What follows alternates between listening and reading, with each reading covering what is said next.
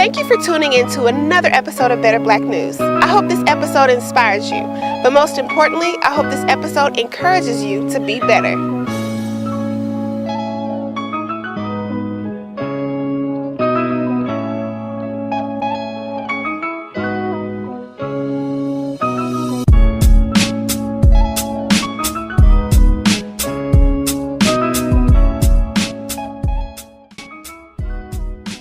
Councilman John Pettis, I'm excited you have made some time for us today. You were our very first interview for Better Black News, so now we're doing a follow-up, and I'm excited. Let's get straight to it. I'm going to ask you these questions. I want you to answer as honestly as you can, all right?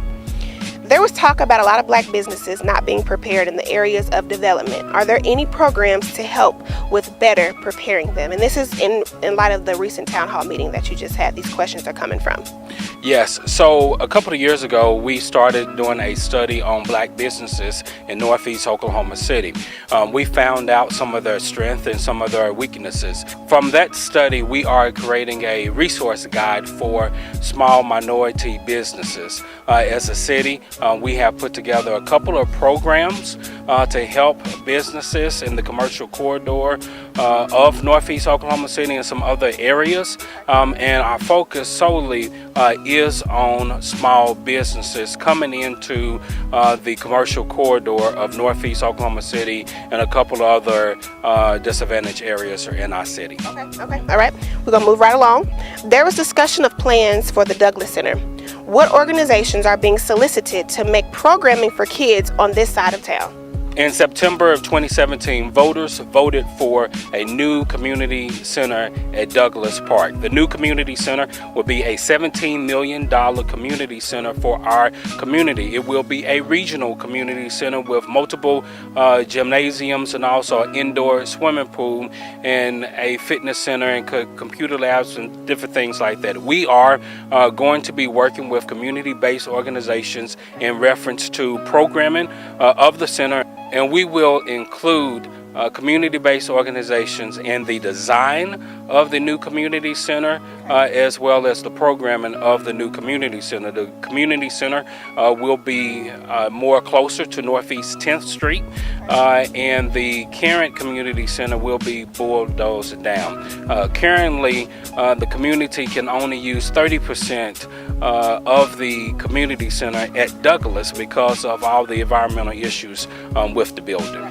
The demographics of Northeast OKC is largely senior citizens. When those individuals move out to the senior facilities and communities, what are the plans with their homes? Who moves in and who renovates them? It is my hope and desire that once a senior leaves their house, that their family will move back in. Of course, that's up to whoever owns the property, but I would love to see as seniors move on in some type of form or fashion for their family to move into those homes. But again, it's up to whoever owns the house to determine that. Okay. Can you explain without any sugarcoating? None. What happened to that Buy for Less Uptown Grocery over there that was supposed to be off of MLK? What happened with that? Well, as you know, the developer did promise a Uptown grocery store in the city. We was fully in support of that Uptown grocery store. It was always my desire to have a full-size grocery store in Northeast Oklahoma City. We created the Northeast Renaissance TIF district to help incentivize for a grocery store to come into Northeast Oklahoma City. As you can tell, things did not happen that way. It is the city's desire to still have a full-size quality store in Northeast Oklahoma City. Our checkbook is open, but what comes our checkbook comes a responsibility that the grocery store must have to the community. Right, and I was going to say, with that happening, how can we make sure that anybody else that wants to say they want to develop something on this side of town, that we make sure they hold their end of the deal? So what happened on the 23rd of Martin Luther King, we never could get the developer to sign a contract. Why? Are you able to say that? Why? Well, at this time, I'm not able to, right. But just know that, again, for the city to invest the type of money we were willing to invest in that particular development, there comes responsibility. and we never could get the developer to sign the dotted line. But again, if you receive the city's dollars, that comes a responsibility to the community. Okay. All right.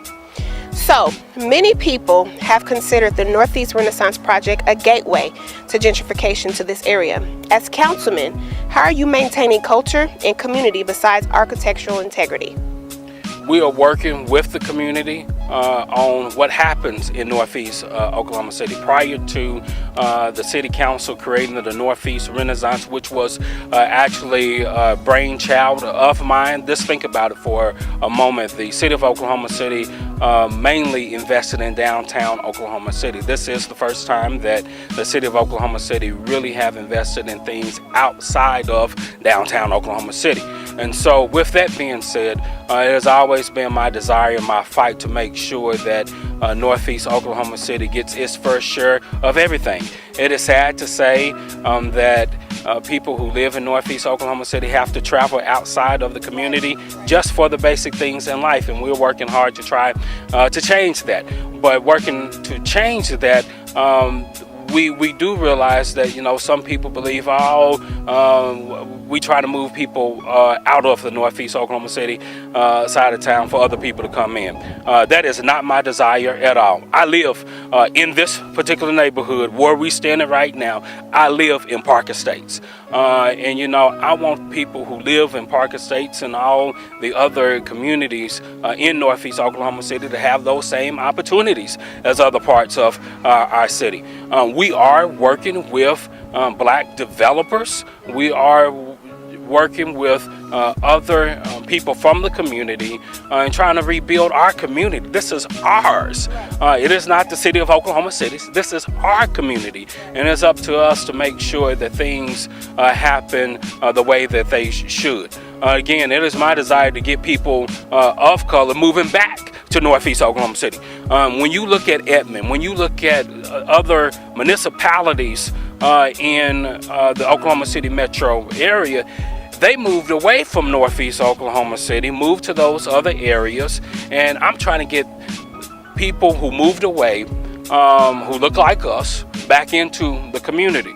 And one of the first things they say, well, why did you move away? Well, there's no shopping in Northeast Oklahoma City. And so that's one of the reasons why, I'm pushing for national retailers to come into Northeast Oklahoma City. People who live in Northeast Oklahoma City deserve the same opportunities as other people who live other places. Right. Okay. I have a couple more questions for you, and then you're off the hot seat, okay? Off the hot seat. For right now. For right now. So, it is easy for someone to criticize someone in your position without knowing how the process works. Can you take just a few quick moments to explain in layman's terms what's the process to bring housing, businesses, and employment to an area that is considered ruined or blighted? So the process is a long process. Again, I got elected in 2013, and it was my campaign promise that, hey, people who live in Northeast Oklahoma City will have some of the same opportunities as people who live in other places. And with that being said, I started working on what is called the Northeast Renaissance TIF District. I traveled to Milwaukee, I traveled to Fort Worth to see what they was doing to try to bring economic development into the underserved area. It's been a long process. This thing, right now we are standing in front of Dollar Tree. It took me 4 years to get Dollar Tree to come to Northeast Oklahoma City. And that sounds about right, because the interview that we did initially was almost 3 years ago at the end of this year. That is correct. And prior to that interview, I met with corporate folks from Dollar Tree and of course other national retailers to get them to come in. And so it takes a while for retailers to understand that they can place a store in Northeast Oklahoma City and it be profitable. Our money is just as good as anybody else's dollar, but the process has just been a long drawn out, trying to get retailers to come in, trying to get property owners to want to do something positive with their property, and also it took a long time for the city to want to invest back in Northeast Oklahoma City. Again, the Northeast Renaissance is the first time the city used dollars to promote economic development really in the inner core of Northeast Oklahoma City. So that took a long process. To get anything done on the city council, you must have 5 votes. And so I make sure that every single day that I walk in City Hall that I have 5 votes. But it takes a while to get to those 5 votes. Now, please keep in mind that I'm the only African American city council person. We have a total of 9 city council members, which includes the mayor, and I'm the only black city council person. As you can tell, that progress is happening in Northeast Oklahoma City. Keep in mind, when we was here 3.5 years ago or so, this was a blighted shopping center. Now look at it, it's growing. It's growing, and this is one of the most, I would have to say, the most important development so far. Of course, we have other developments that we are working on in Northeast Oklahoma City. You look at what we are doing on Northeast 23rd in Rhode Island, where Oklahoma City Clinic is coming in, and we are also heavily involved with the building next to where Oklahoma City Clinic is going. Try to renovate that building, which the marvelous part about that development, more than 75% of that development will be owned by African Americans, that's major. That's better black news. That's better black news. So we have a black eye doctor who will be in there. We have a couple of black restaurants who will be in that building, that again, that's owned by African Americans. So we doing our part, but it's taking way longer than what I have hoped for. But again, it's sad. It takes time. It takes time. But it's sad to say here we are in 2018 and we still dealing with racism. I'm just gonna call it for what it is. No sugarcoating. We're not sugarcoating it. Northeast Oklahoma City is a red line district. A red line district meaning that financial institutions basically are not friendly to development in Northeast Oklahoma City. That just makes me mad. So it's nice for us to get all this stuff, and and it's beautiful. How can we make sure that we keep it, that it doesn't get, looters don't come in and people don't come in and shoplift, and it makes people want to move out for businesses. And this is nice that we have this, but how do we make sure we keep this? I think, again, the community, we have to take pride in what we do have and what we are getting. I think it starts with pride, and I think people who live in Northeast Oklahoma City, we are proud of the accomplishments that we have been able to make. But I go back to pride. When you have pride in something, you'll make sure that things are done correctly. Okay, your last question, and you're off the hot seat. Okay. Majority of the projects are house-based. What other business opportunities are you looking to bring to this area to ensure the current residents stay and the housing is competitive in the markets? So at the town hall, we did cover a lot of things that related to multifamily housing, but we also are trying to do single-family homes as well, new construction, and those homes similar to what's already here in the neighborhood.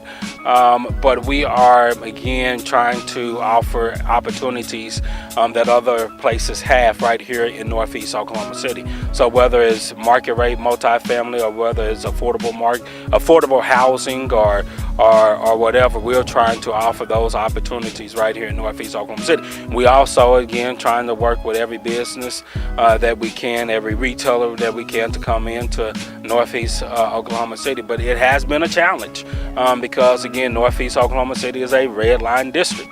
And it's been a challenge that in 2018 we still dealing with racism.